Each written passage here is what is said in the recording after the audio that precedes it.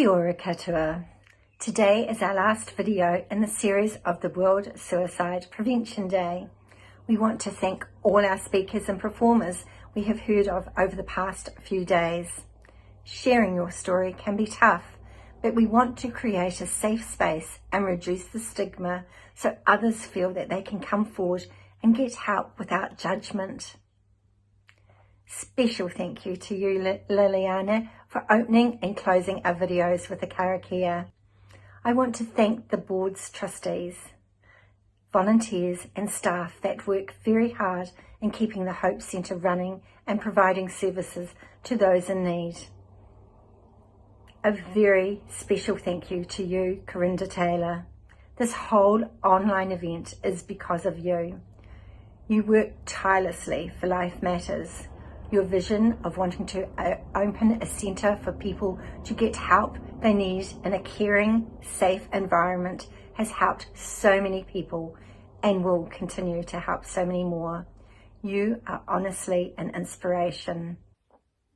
I'm now going to pass on to Corinda Taylor, General Manager and founder of the Life Matters Suicide Prevention Trust, who will speak about Life Matters and end our final video for World Suicide Prevention Day 2021.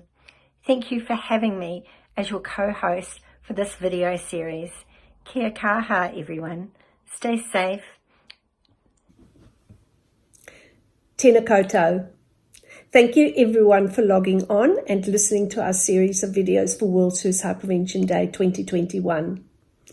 This is the final and fifth video in our series, and I hope you found it worthwhile to watch. Due to lockdown, we were unable to bring this event to you in person. I invite you all to light a candle near a window tonight at 8 p.m. to show your support for suicide prevention, to remember a lost loved one, and for the survivors of suicide. Many people across the world will be doing this tonight.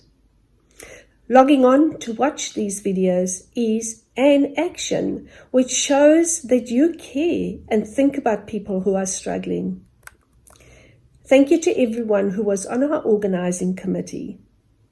Liliana, who did the karakia, our wonderful speakers and performers, our MCs Joy and Ethan, who did an excellent job hosting everyone.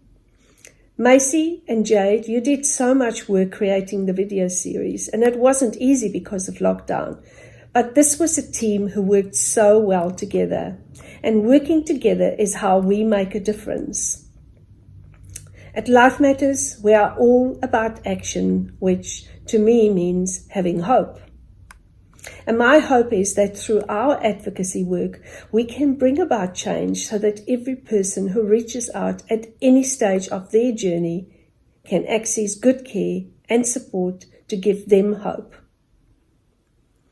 Many people have been affected by this last lockdown. Although some people have thrived, others have been hurting, and some of them have been hurting in silence. And suicide is often silent.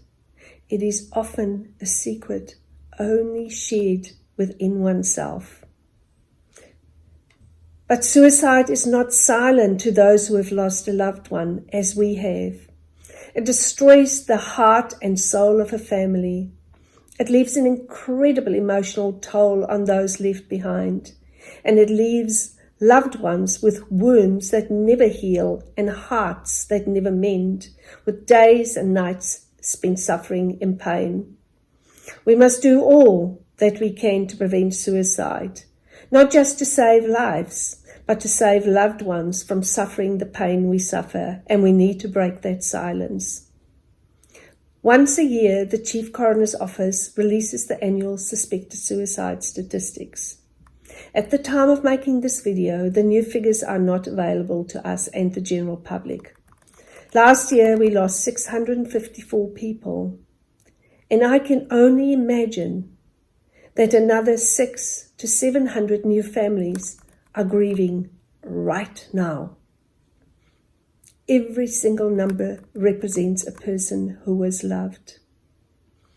I acknowledge the pain that many families are feeling, My heart goes out to all the families who have lost a loved one and to all those who are struggling with suicidal thoughts.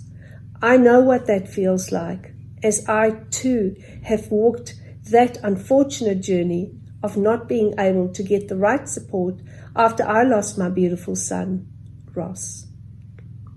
I know only too well what it feels like to lose a beloved son. We need better support for our bereaved whānau who are trying to survive after traumatic loss. We now belong to a club that we didn't want to join, and bereaved whānau are expected to carry on as if nothing has changed. But we are traumatized and we have to negotiate unfamiliar situations and go into uncharted territory through coroner's courts and other investigations, and do this while grieving a significant loss. Consistently, I have heard that support is lacking. At Life Matters, we promise you that we will keep advocating for you to ensure you do not have to wait weeks or months to get the best support you and your loved ones need when you are facing challenges. We want people to reach out before they are in crisis and get good support at that point and immediately.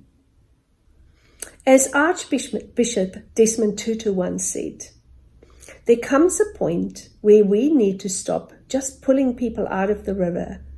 We need to go upstream and find out why they are falling in.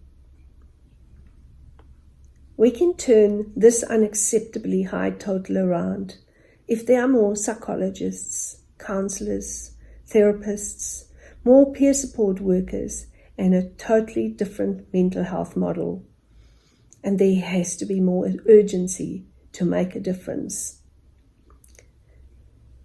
Today, I want to ask all of you to reach out to someone you know who may be silently struggling. I also ask that you be kind to yourself. If you are struggling, please do ask for help, as that is often the biggest challenge. Much aroha to you all, and thank you so much for being here.